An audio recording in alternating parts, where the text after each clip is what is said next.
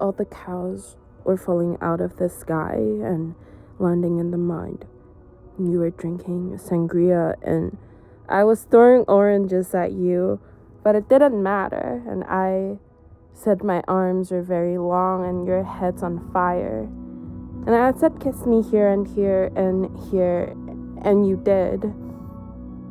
Then you wanted pasta, so we trampled out into the tomatoes and rolled around to make the sauce. You were very beautiful.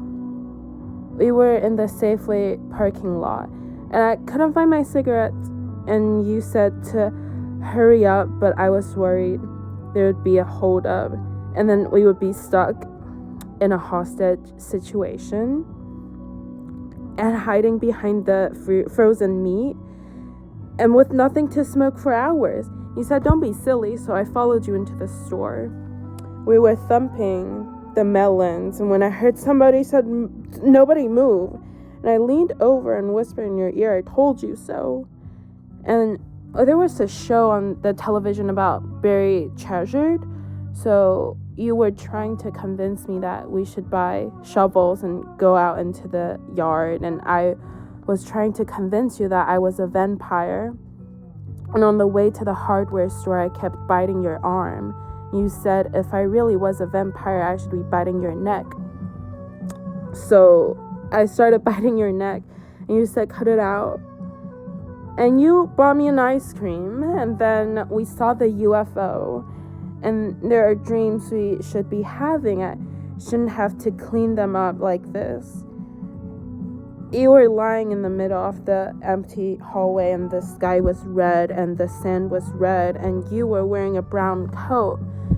And there were flecks of foam in the corner of your mouth. The birds were watching you, and your eyes were closed, and you were listening to the road, and I could hear you breathing, and I could hear your heart beating. And then I carried you to the car and drove you home, but you weren't making any sense. And I took a shower and I tried to catch my breath. You were lying on top of the bed, spread in boxers, watching cartoons and laughing so hard but not making any noise. And your skin looked blue in the television light. Your teeth looked yellow and still wet. And I laid down next to you, your arm and your chest and your naked chest and your ribs like a junkyard's dog. And there's nowhere to go. I thought, there's nowhere to go. You were sitting in the bathtub at the hospital and you were crying. You said it hurt. I mean the buildings that were not the hospital. I shouldn't have mentioned the hospital. I don't think I can take this much longer. In the dream, I could tell anyone. You put your head in my lap, and let's say you're driving down the road with your eyes closed, but my eyes are also closed, and you're by the side of the road.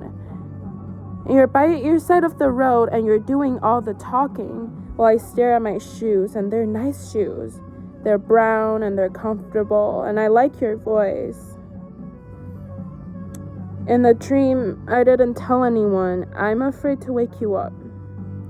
In these dreams, it's always you, the boy in the sweatshirt, the boy on the bridge, the boy always keeping me from jumping off the bridge. The things that we invent when we are scared and want to be rescued. And your Jeep, and your teeth, the coffee that you bought me, the sandwich cut in half on the plate, and I woke up and I ate the ice cream in the dark, and I hunched over on the wooden chair in the kitchen and listening to the rain. I borrowed your shoes and I didn't put them away, and you were crying and eating rice. The surface of the water was still and bright, and your feet were burning. So I put my hand on them, but my hands were burning too, and you had a bottle of pills, but I wouldn't let you swallow them. And you said, will you love me even when I'm dead? And I said no, and I threw the pills on the sand. And look at them, you said. They looked like emeralds, and I put you in the cage with the